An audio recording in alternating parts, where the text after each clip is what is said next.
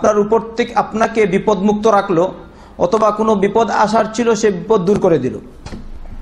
এবারে সাহাবায়ে কেরাম রাদিয়াল্লাহু আনহুম আজমাইন নবী করিম সাল্লাল্লাহু আলাইহি ওয়াসাল্লামকে বললেন, ইদান নুকসির, তাহলে আমরা বেশি বেশি করে দোয়া করব। আল্লাহ রাসূল সাল্লাল্লাহু আলাইহি ওয়াসাল্লাম বললেন, আল্লাহু আকসার, আল্লাহ তোমাদেরকে আরো বেশি দেবেন। সুবহানাল্লাহ। এই হাদিসটি মুসনাদ ইমাম আহমদ ইত্যাদি এসছে। শেখ নাসিরুদ্দিন আলবানী হাসান সহিহ বলেছেন। দোয়ার শর্তাবলী এবং আদব। প্রথম নম্বর,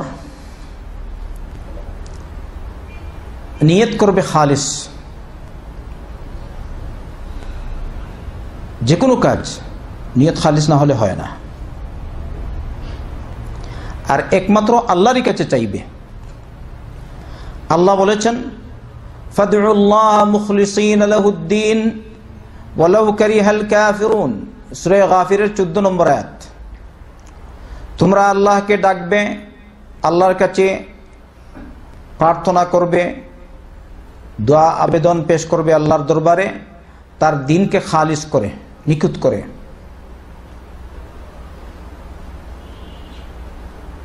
তাহলে প্রথম নম্বর হচ্ছে ইখলাস।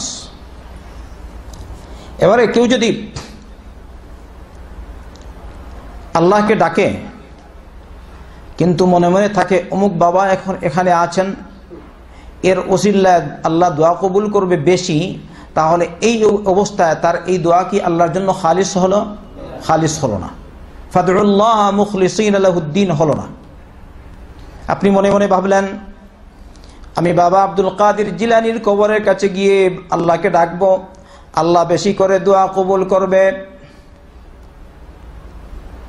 ইখলাস হলো নাকি?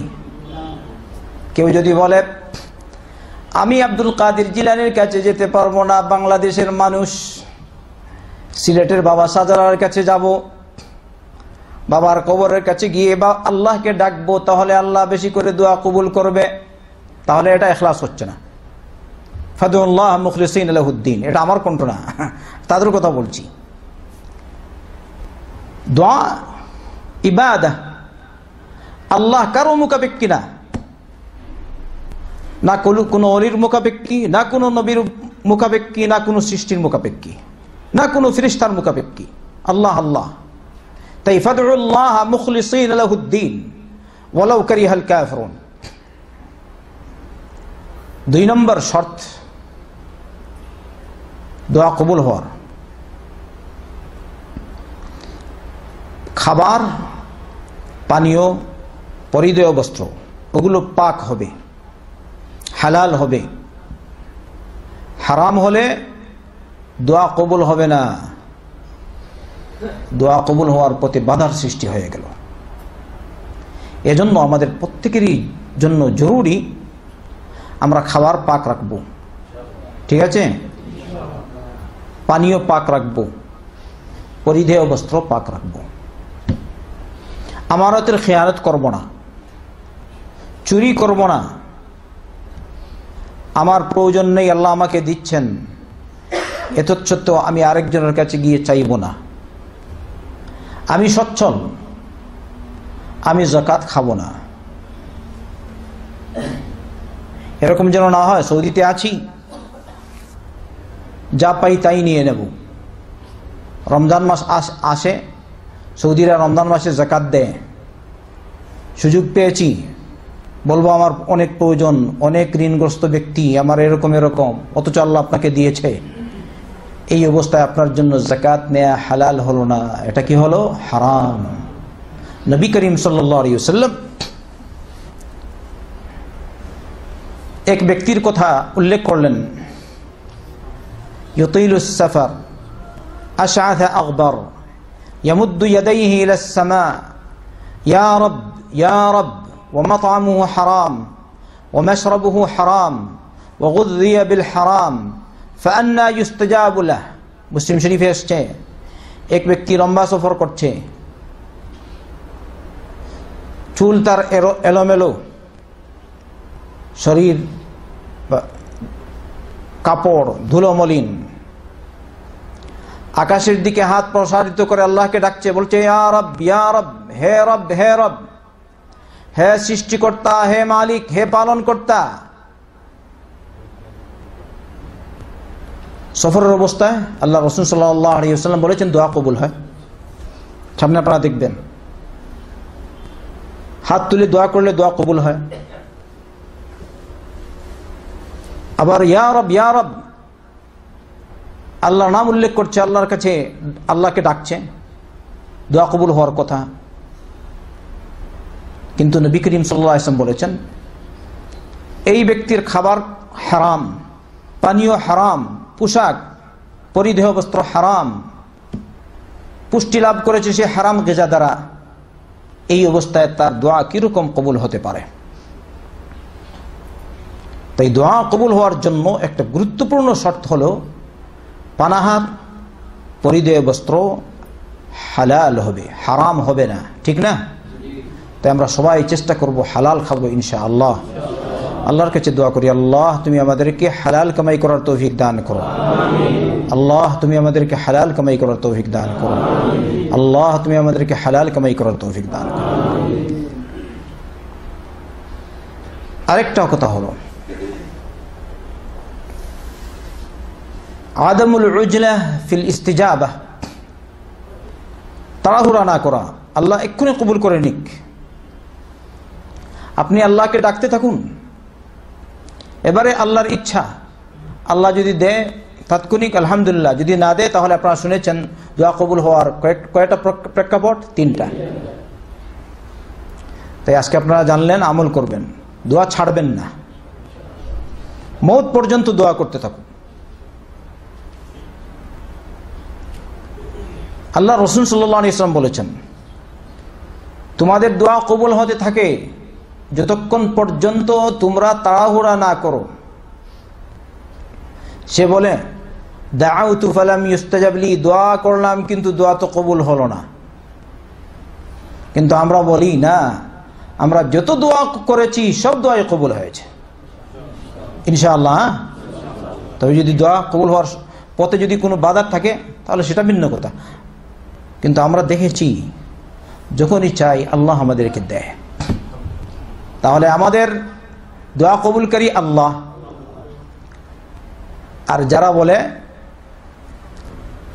সন্তান চাইলাম সন্তান দিল না আল্লাহ, বাবা শাহজালালের কাছে গেলাম সন্তান দিয়ে দিল বাবা শাহজালাল, নাউযুবিল্লাহ। কোন অবস্থায় আছে? শিরকের অবস্থায় না? ছোট শিরক না বড় শিরক? বড় শিরক, শিরকে আকবার, সবার বড় শিরক। এই অবস্থায় সে মুসলমান থাকতে পারে না। আমরা বলি আমরা যখনই আল্লাহকে ডাকি তখনই আল্লাহ আমাদের কথা শুনে, কিন্তু হিকমত, তার হিকমত যে দিকে আছে সেদিকেই, সে হিসাবেই আল্লাহ কবুল করে। যদি তোমার জন্য সন্তান আসাটা ভালো তাহলে সন্তান দে, আর যদি দেহে সন্তান না থাকা ভালো তাহলে সন্তান দেয় না। কারণ সন্তান দেয়া না দেয়া সবকিছুর মালিক আল্লাহ। লিল্লাহি মুলকুস সামাওয়াতি ওয়াল আরদ ইয়াখলুকু মা ইয়াশা ইয়াহাবু লিমান ইয়াশাউ ইনাথান ওয়া ইয়াহাবু লিমান ইয়াশাউ আয-যুকুর আও ইউযাওয়িজুহুম যুকরানান ওয়া ইনাথান ওয়া ইয়াজআলু মান ইয়াশাউ আকীমান ইন্নাহু আলীমুন কাদির। বলছেন আকাশ জমিনের মালিকানা সত্য, রাজত্ব আল্লাহর। তিনি যা চান তাই সৃষ্টি করেন, যাকে চান নর দেন, যাকে চান নারী দেন, আর যাকে চান উভয় দেন। সবাই বলি আলহামদুলিল্লাহ। তাহলে দেয়ার মালিক কে? আল্লাহ। কিন্তু আমরা আল্লাহ ছাড়া আর কাউকে ডাকবো না, কারো কাছে চাইবো না, চাইবো একমাত্র রব্বুল আলামিনের কাছে। দেখবেন আল্লাহ দুনিয়াতেও দিবে, আখিরাতেও দিবে ইনশাআল্লাহ। তোমার ঈমান নড়ে বড়ে কিছুটা হয়তো আল্লাহ দিতে পারে। যদি আল্লাহ না দেয় তাহলে বাবা শাহজালালের কাছে যাব, যদি আল্লাহ না দেয় তাহলে বাবা আটরশির কাছে যাব, যদি আল্লাহ না দেয় তাহলে অমুকের কাছে যাব, অমুকের কাছে যাব, অমুক পীর বাবার কাছে যাব, অমুক দয়াল বাবার কাছে যাব, বাবা মাইজ ভান্ডারির কাছে যাব। তোমার আগে ভাগেই ইমান আল্লাহর উপর নড়ে বড়ে, তাহলে আল্লাহ কিরকম দেবে? ইমান ঠিক করো, দেয়ার মালিক আল্লাহ, না দেয়ার মালিক আল্লাহ, সবকিছুর মালিক আল্লাহ। এরকম করে যদি তুমি আল্লাহকে ডাকো তাহলে আল্লাহ তোমাকে অবশ্যই দিবে। ইমান ঠিক করি।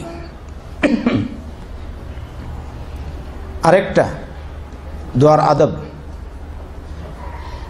যখন চাইবে আগ্রহের সাথে আল্লাহর কাছে আবেদন পেশ করবে, দৃঢ়তার সাথে আল্লাহর কাছে আবেদন পেশ করবে। যেমন বলবে, আল্লাহ তুমি আমার গুনাহ খাতা মাফ করো, আল্লাহ আমি ঋণগ্রস্ত, আমার ঋণ পরিশোধ করার তৌফিক দাও, আল্লাহ আমি বিপদে পড়েছি, আমার বিপদ দূর করে দাও।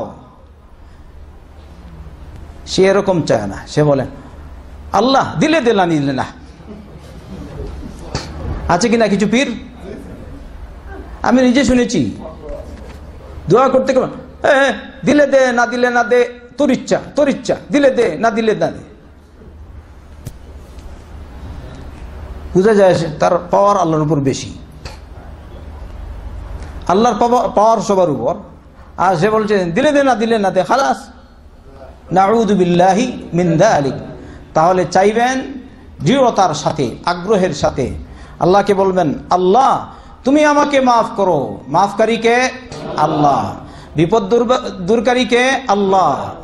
আচ্ছা রোগাক্রান্ত হয়েছি, এই অবস্থায় আমাকে নিরাময় করবে বা রোগ থেকে মুক্তকারী কে? আল্লাহ। সবকিছুই আল্লাহ। কিন্তু নবী করিম সাল্লাল্লাহু আলাইহি ওয়াসাল্লামের তরিকা আমাদেরকে চলতে হবে।